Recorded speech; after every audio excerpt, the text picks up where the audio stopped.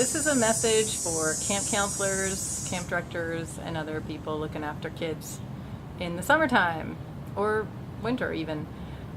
I want to talk to you about ghost stories and why ghost stories are a form of child abuse.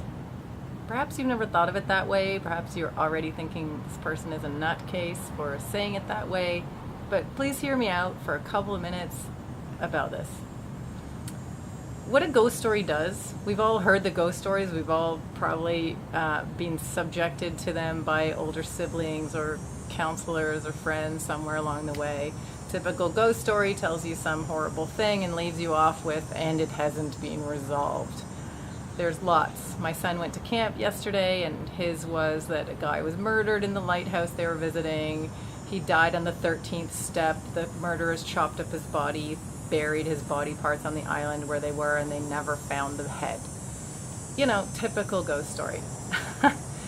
What a ghost story does is it evokes fear, for one, in the listener. But most importantly, by evoking fear, it takes away a child's sense of peace. And this is the thing that I am most frustrated about and think is the most ignorant element inside of these stories. The tellers, usually well-meaning adults, are not considering that they are abusing that child by robbing them of their inner peace. Just yesterday, with the example I mentioned, there was a 6-year-old in the group who started to cry. Surprise.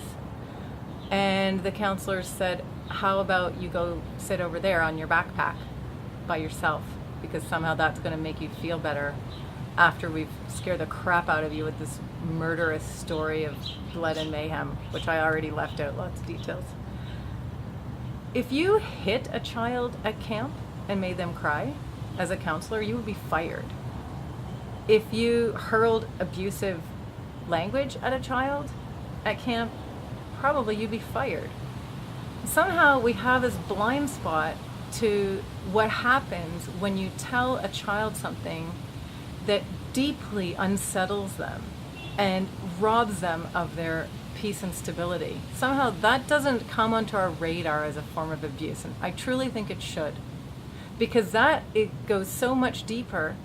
If you hit a child, they won't feel it tomorrow, but they might feel that anxiety, the pain, the fear, the stress, the doubt in humanity, all kinds of things in their psyche for years because of the stories that you tell them that are deeply disturbing like that. They don't have a child, even a teen, may not have the cognitive ability to really unpack what is being said and to not have it affect them deeply. And I know that you know this because there is probably not a person out there who hasn't experienced taking something into themselves that's scary, like a horror movie, and then having to digest that for possibly months later. Like watching a movie and then hearing a creaking sound in your house next thing as you grab the butcher knife because you're terrified you're going to be murdered. That's not likely statistically and in every other way. That is not going to happen. But the reason that happens to us is because it goes very deep. Those stories go very, very deep inside of us, and they're very hard to get out. They take years of reprinting if you're able to do that. But I know adults who don't like being at home alone. There's absolutely no reason for that. There's very little risk to you, at least in our country of Canada, there's very little risk to you alone at night. But what happens when our instincts get messed with is we start being scared of all kinds of things that are unnecessary to be scared of. And I guess that comes to the final point here, is that some people might say, well, you know, ghost stories, they're just inoculating you so that you won't be scared in the future. I don't know really how that works. The thing that you need to have alive and well in you to not be scared and to have stability, mental stability, what you need to have is a clear relationship with your instincts. And when we are lied to repetitively by adults who we think we can trust, because especially if you're a counselor, that child who is in your care thinks they can trust you. And if they can't, there's a problem. So when we are lied to by people who we think we can trust, we start to be confused internally. And it can be very difficult to hear the sound of one's own instinct. If you're walking in the forest and you've been filled up by Disney movies of scary forest, you're not going to have a relaxing time. And to me, that is really an absolute shame.